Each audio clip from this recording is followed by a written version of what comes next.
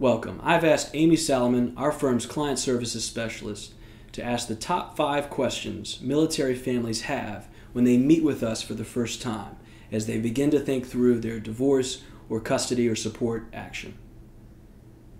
Each month, our firm helps military officers and their families and federal civilians and their families work through the complicated retirement plans they have, as well as the unique situations they bring, like overseas deployments or training schedules, to make them work so after the divorce, both parties are left financially secure with families that remain intact even if there's no marriage.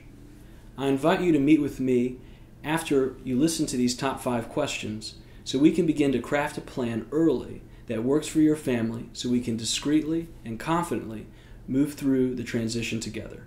Military divorce question 1. Do you have a background in the military, or does your firm have experience with military divorce? Yes, federal and military service members have complicated assets that require a real knowledge and experience to know how to properly divide them without issue later on. And so I brought a little prop here today. These are the boots I wore when I was served in Iraq as a Department of Defense civilian from 2003 to 2004.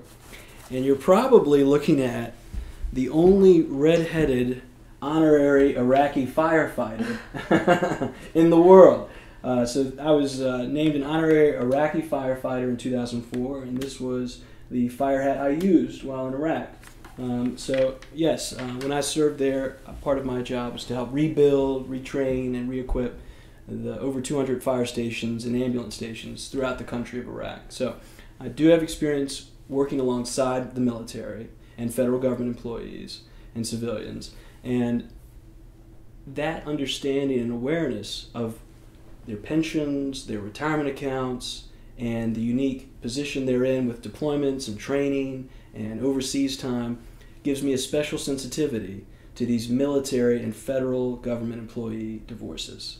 And so we have not only the personal experience to know what they're going through when they're overseas or abroad, but also the knowledge to handle the assets they bring to our office in their divorce. So yes, we're ready for them, and I have personal experience with them. What if I live here but my spouse is overseas? Can I still begin filing for a divorce in Virginia? Absolutely.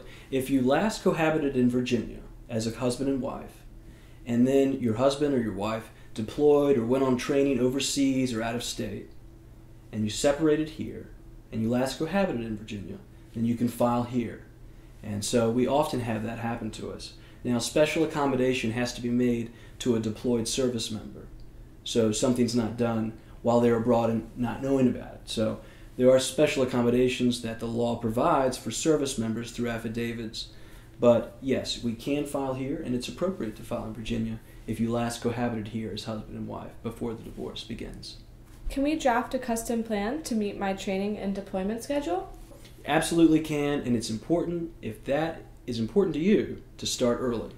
So if you have children, but you also anticipate a rocky road in the future with training and deployments overseas or out of state or out of the city you're in frequently, start early before people get too fixed in their positions, and make a reasonable offer right from the start. Admit your weaknesses. Admit where you're going to be deployed. Be realistic about the plan, and you'll have the most chance for long-term success. So we've worked with these families that are going through these deployments. We owe a lot to them, our country does, and so we want to respect that service record. But we also want to plan for it so it doesn't lead to future court hearings down the road as people's lives are disrupted with these training and deployment schedules. So what's the next question? What do we do about the military pension in our divorce? The most complicated asset of any federal or military divorce is the pension, no question. The order we use is a qualified domestic relations order. It's a complicated document that properly assures both parties are taken care of as the pension or retirement plan becomes eligible to be dispersed. So, turn 65, you're no longer married to that person, you're both receiving funds from that account in a prescriptive way. And how that works and how much each person gets is very complicated and fact specific. But we've done them before, and it's important to work with a team that understands how to treat these assets. Is there a way to discreetly get through this divorce to avoid embarrassment? Absolutely. It happens to our office at least once a month. An officer or general will come to our office and say, Van, I want to take care of my family, but I need to get divorced, and I need it done discreetly, quickly, and quietly. I don't want to be on the news. I don't want to be in the court of record in a public way. How do we do that? And I say it's important to start early. It's important to make a reasonable and fair offer right from the start. And it's important to engage someone early in the process before people get too fixed and those fixed positions drive you to the courthouse.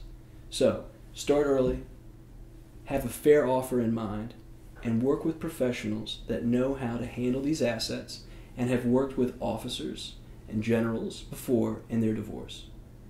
So, I hope that answers all the questions, but I'm sure they have more. So I encourage them to come meet with us, and during that initial comprehensive case preparation meeting, we can handle the exact situation they face and their military family faces. So, thank you.